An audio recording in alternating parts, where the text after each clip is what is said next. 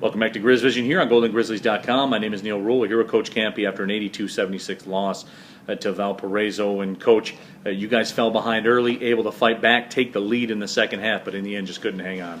Well, and if you look at that, when we've played the top teams in the league on the road, that's kind of been the same thing happened at Cleveland State, where, we fell behind 19-2 there. Here today we fell 16-4. And then we figure it out, we battle back, we get the lead, and then down the stretch we just can't make the plays we have to make. And that's part of the maturation of a young team. I've got two seniors, though, that want to win, and we can't just sit there and say, oh, well, we learned from today. We got to keep battling because I think we're good enough to make a splash in this league, and now we got to go to Milwaukee and find a way to win. How do you do that, Coach? How do you shake off what happened here today? Because it was all right there in front of you. I mean, this is a huge game today. But as you said, what happened. You got to move on and get past it and go to Milwaukee. Well, despite all that, okay, despite everything that happened in the game, the key to the game was that we missed our free throws. That was the key. And we missed two front ends of 1-and-1s. We missed those. We split a 1-and-1, and at crunch time. Now, we had a series there, Neal, where we had battled back. We had a 2-point lead. We got fouled and missed, and we missed front end of 1-and-1. We got to stop. It came down. Dante got a wide open 3, and it rattled in and came out. And you think about that, instead of a 2-point lead, it's a 7-point lead with 5 or 6 minutes to go in the game.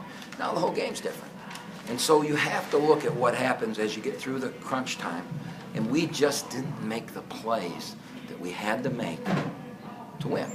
On the other end of the floor, Dante completely shuts Peters down again, all right?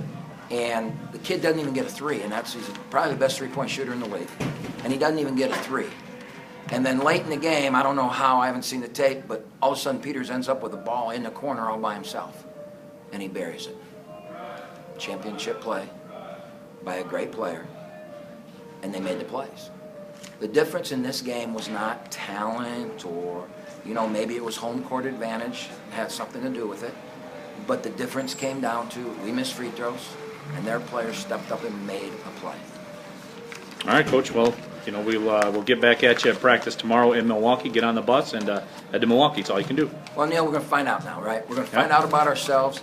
We went on this road trip. We've won 2 out of the 3. We've got to go get Milwaukee. If we're going to hold any aspirations of winning a championship, we've got to go get the Milwaukee game. If we do that, we're in this thing. There's Green Bay have got to play Valpo twice and us, or they got to play Valpo, Cleveland State, and us yet. Valpo's got to play Cleveland State and Green Bay. Still to be determined, yeah. And Cleveland State's got to play Valpo and Green Bay, and we're 1 game behind those 3. So, we've got 1 game left with the top 3. So if we can just hold serve and figure out a way to win these games, you come down that last weekend, you have no idea what's going to happen. So we're going to keep battling. We're disappointed that we didn't make the plays we needed to make, but we're on our way to something special here. And this team, I love this team, man. I love their fight, and I'm not upset at all. Disappointed that we missed some free throws, but I loved our fight. All right, Coach. We'll see you on the bus. Yep.